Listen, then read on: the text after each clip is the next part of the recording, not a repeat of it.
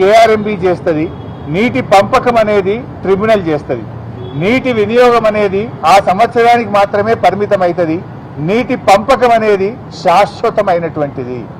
మీరేం చెప్తారు? శాశ్వతంగా 299 సంతకం పెట్టారనే ఒక అబద్ధాన్ని పదే పదే ప్రచారం చేస్తున్నారు. వాస్తవానికి ఆ 299 ఎక్కడి నుంచి వచ్చింది?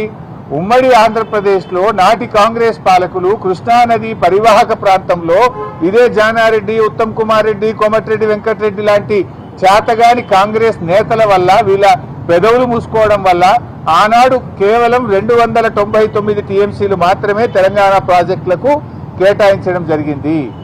దానిని ఆనాటి శాసనసభలో 2014లో అప్పటి ముఖ్యమంత్రి కిరణ్ కుమార్ రెడ్డి గారు ప్రవేశపెట్టారు. అది శాసనసభ రికార్డులలో కూడా ఉంది. ఆనాటి కాంగ్రెస్ ప్రభుత్వం జస్టిస్ శ్రీకృష్ణ కమిటీకి ఇచ్చిన నివేదికలో కూడా అటు గోదావరిలో 968, కృష్ణాలో 299 టీఎంసీలు కేటాయించాము అని కూడా ఆ రోజు చెప్పారు. ముఖ్యమంత్రి గారు కూడా మాట్లాడుతూ 968లో గోదావరిలో మా కాంగ్రెస్ ఇచ్చింది అని మొన్న మాట్లాడిండు.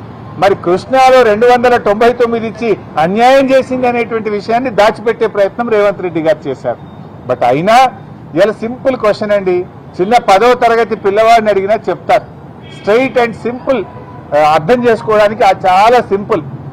మరి శాశ్వత ఒప్పందం కేసీఆర్ చేసి ఉంటే సెక్షన్ 3 కోసం కేసీఆర్ ఎందుకు అడుగుతాడు? What is section 3? నీళ్లలో పునఃపంపిణీ చేయాలి. తెలంగాణ ఆంధ్రప్రదేశ్ మధ్య కృష్ణా నదీ జలాలను పునఃపంపిణీ చేయాలి. నది యొక్క పరివాహక ప్రాంతం ఆధారంగా నీళ్లు పంచాలని కేసీఆర్ అడిగిండు. ఎప్పుడు అడిగిండు కేసీఆర్? రాష్ట్రం ఏర్పడ్డ 42వ రోజు అడిగిండు.